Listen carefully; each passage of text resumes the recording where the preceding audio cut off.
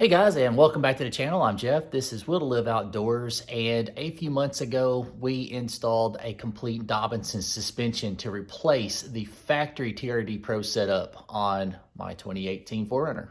We replaced the front struts, the rear springs, went with the long travel rear suspension, replaced the upper and lower rear links, and the panhard bar. We went with the extended travel front shocks. We decided to keep the SPC upper control arms, which had been installed at a prior time. I was under a major time crunch doing the install, so we were trying to get this vehicle ready for the Toyota Jamboree, and I almost didn't make it time-wise. But we got it all assembled. There were some issues. Issues were, first things first, notice that the ball joints were completely played out. These had about 35,000 miles on them or so, and they are replaceable. So I had new ball joints ordered at that time, and we just recently got the replacements. Now, I've been super happy with the SPC uppers. No issues. They make minimal noise. One thing I will say is they do now offer a non-greasable, and they also have, I think the older design is greasable. They may still make both. I'm not 100% sure. However, if you have the greasable units, just make sure that each time you get your oil changed that you are lubricating the ball joint. That way you will not have premature wear. And like I said, we're gonna go over the secret sauce as to far with that adjustability, why I feel like it pairs well with the Dobinsons, and especially if your goal is to run a 35-inch tire. The next problem we ran into was offset. Those are really wide BFGs, and that is a 35-inch tire. With the setting that everything was at the point of putting the tire on, I realized I had an issue really quick because it was literally resting on the upper control arm. So luckily, Aaron had some wheel spacers. We put those on. They work flawlessly. So it is running a wheel spacer right now. So as far as like if you're wanting to know your offset, just be prepared. You may end up having to run some sort of a wheel spacer to clearance the upper control arm. That was just something that I wanted to note because we did run into that issue, and we corrected that. But that is a spacer, and it gives you a nice stance, especially with those really wide 35s. After getting the vehicle buttoned back up with spacers and reusing the blown ball joints, put it under its own weight, and almost immediately noticed that we had a little bit of a lumpy issue. It looked a little crooked. Who knows? I mean, I don't know. I just said we'll probably have to like do a little adjusting on the shocks or whatnot. But anyway, we pulled it out, walked around it, really liked the way it looked and everything. But I thought, well, we'll just get to that later at a different time. We are going to address how I got it level. Unfortunately, I'm not exactly sure. There's a couple of reasons why I think that it was that way. We've got it completely level at this point. Anyway, stick around for that. And then finally, I also noticed that we had an issue. We were dangerously close. I mean, like back to here in this area. And I was really concerned about the body mount, but I did not realize that so much sheet metal would potentially be in the way. So here we are, we drive it after we got a quick alignment done and drive it to Barnwell. And every time we hit a bump, even with the wheels straight, we're hitting metal. So we didn't bring anything to like cut with or anything. We're using Aaron's little multi-tool and bending some of that metal out of the way to try to clearance enough. Once we aired down and clearance that, it was at least able to test it off-road a little bit. And but yeah, we were hoping to get a fix for that. And again, stick around, I'll show you what my fix is for that. So we're going to change out those SPC uppers. I want to show you how easy that is. What I think possibly could have been the issue with the stance, with it being, when I say it had a problem, like literally the driver's side front was almost 1.5 inches lower than the passenger side front. And it caused a 2-inch difference on the passenger side rear being much taller than the other side. So I mean, it was crooked. It was, every corner was sitting at a different height, and it looked really bad. But got it level now, have it dialed in, and because we set it up with no sway bars front and rear, I want to go over the adjustability of the shocks themselves. And where I have my current settings is a little different. So if you're wanting to know how to set yours up, I'll at least give you a starting spot. So stick with me.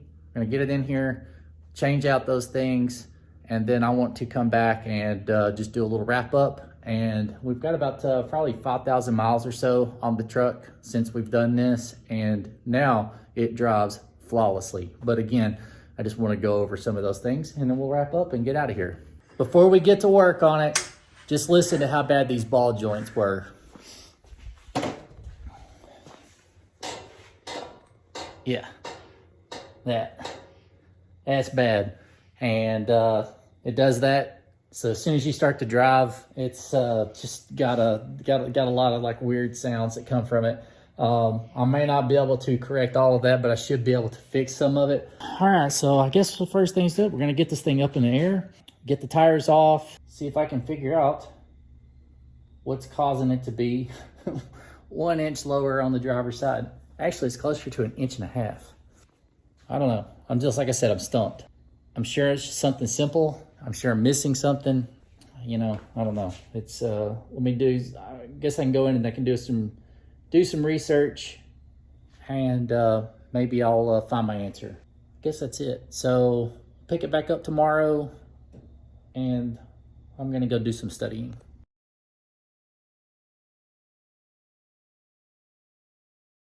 I slept on it, came back out today. I've loosened the castle nut on the bottom of the top ball joint, and I'm getting ready to change these. And my research to the difference in height, the other people have had the same thing, and it would be maybe a 1/2 inch of lean to the driver's side. Then when they went with the more lift, then it's like way more exaggerated to the tune of like 1 inch or more. That's where I'm at. Another person had switched sides with the struts and got it back to the 1/2 inch of lean and then corrected it from there. I'm probably gonna go ahead and do that. So I'm just gonna, while I get these ball joints off and switch them, I'm probably gonna just go ahead and remove the strut assembly completely and just swap sides and see if that helps me out any. Also, I never fully got in here and mounted my my hose for my bypass assemblies. And so in order to do that, I'm really gonna have to get in there without the shocks in there anyway. So we're gonna just go ahead and remove those while we're at it, and then see whether or not we have corrected any of this lean or not. If that doesn't do the trick, then I guess I'll reach out to Dobinsons and see if they can tell me where to turn next. By measuring everything, something I'm missing, because we look to be identical as far as everything goes. I just, for some reason, I've got just a massive difference. We have upper ball joint out. Everything's basically unhooked. All the pressure's off. I've got this, we're gonna take a little bit of the pressure off of the brake line. Have the remote reservoir removed. And so this side's completely ready to do. I noticed that my my ball joint, this was actually still in the same orientation from when I had to have it redone when I was on the Transamerica Trail. And those 2 white marks were put on there from an alignment shop in Moab.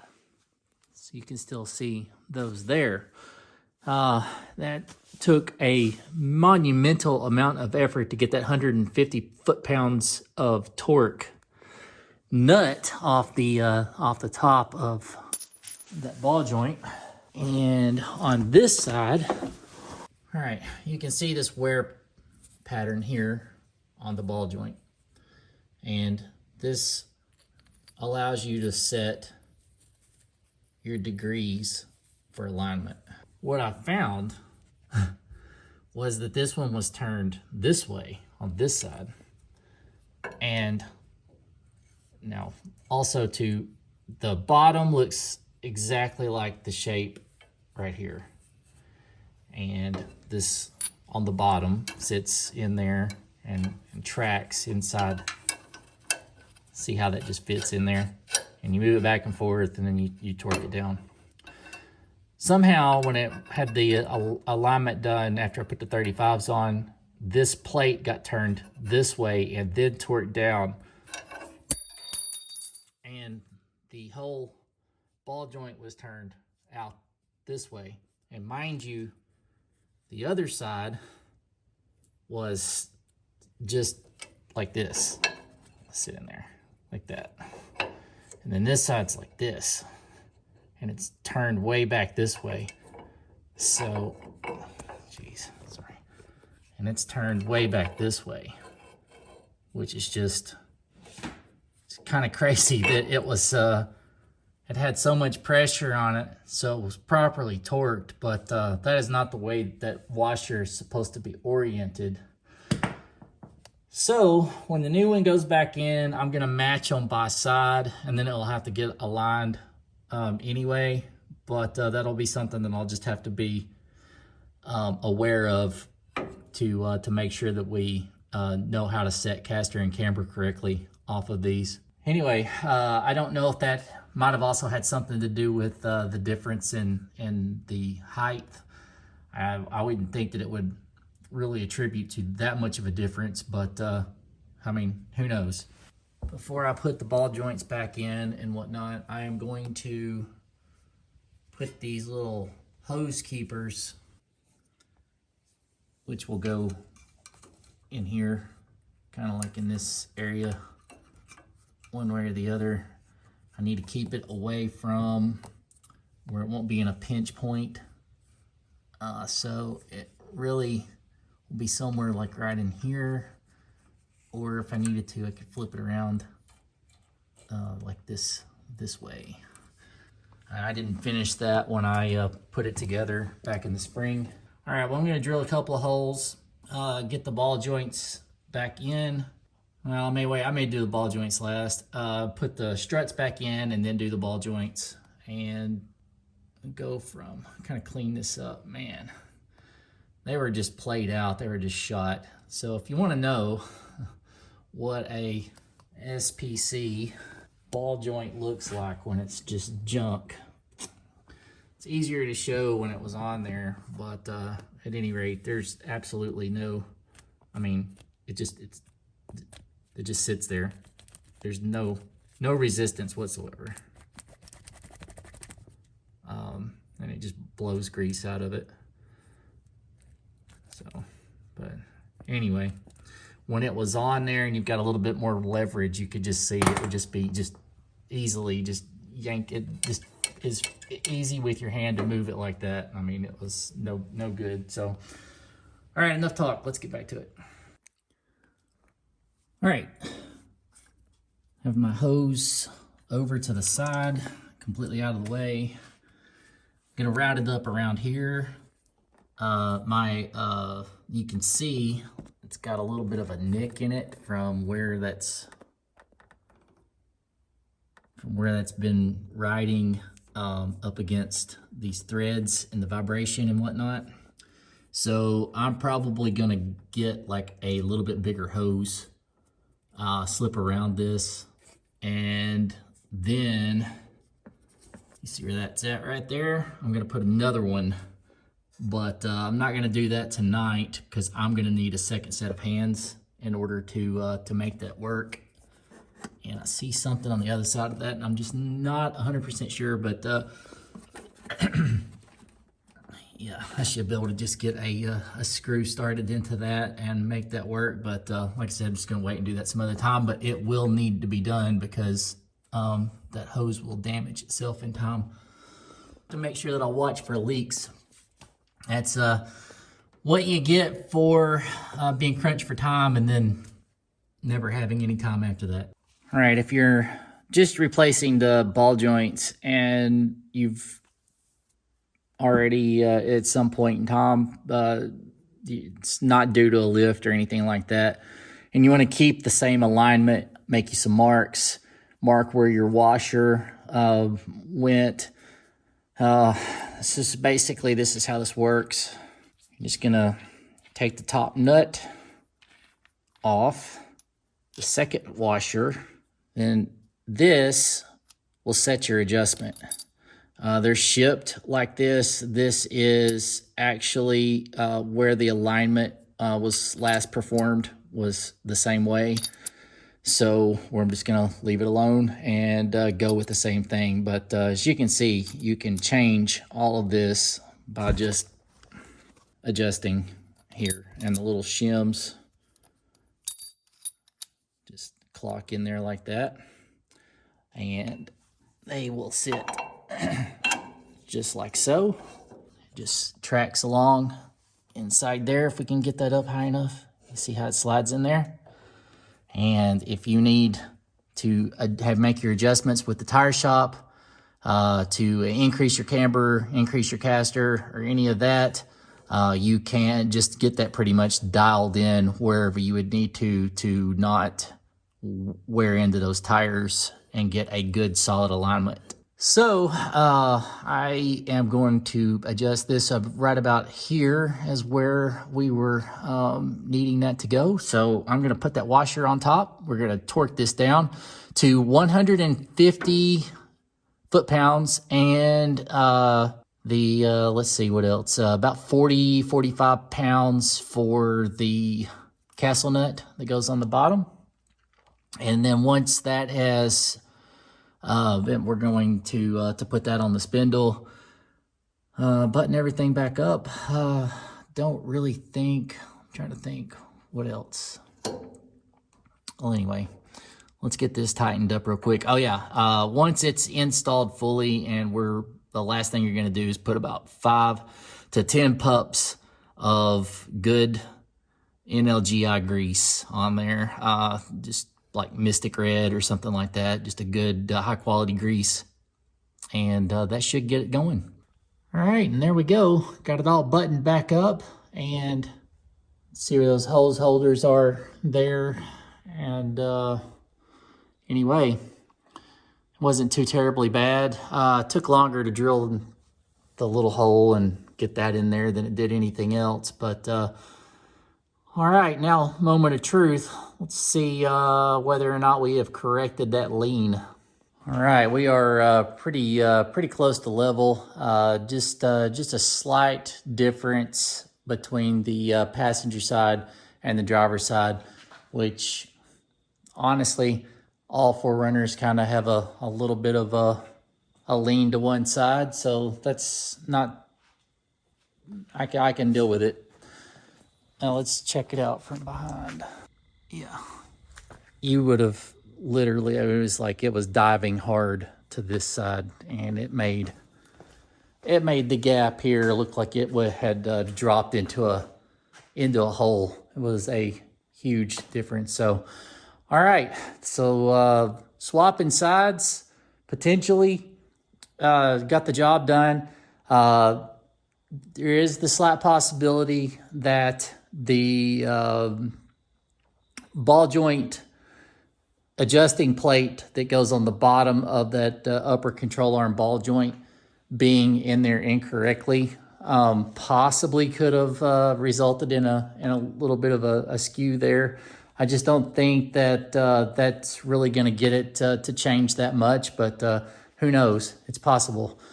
Okay, and finally, just to kind of discuss one other thing, let's go over the settings on the shocks. We're going to be concerned more with the setting of the high-speed compression.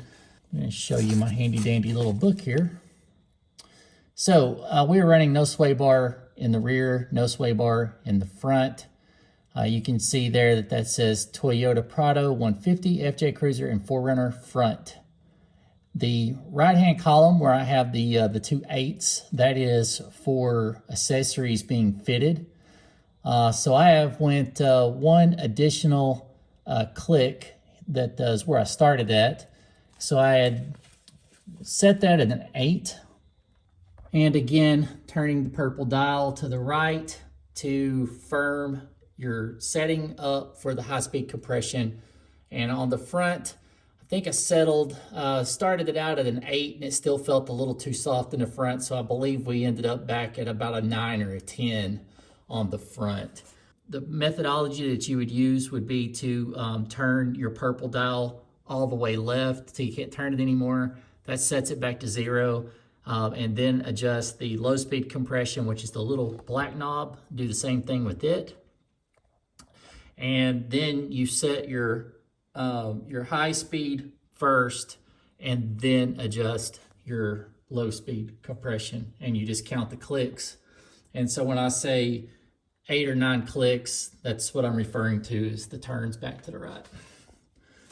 I didn't mess with rebound. I have that set at an 18 on the front, and I have that set at a 9 on the rear. That seemed adequate. And I was fairly happy with the way that it rode on the low speed. So at this point, we are ready to get an alignment and just my overall impressions of everything when we get that done.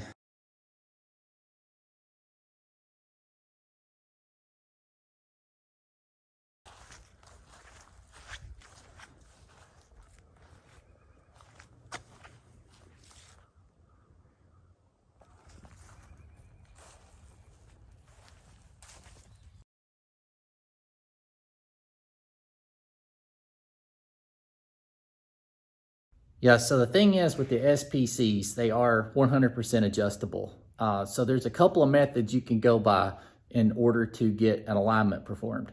And what I decided to do was just to see if Toyota could do this while they had it in.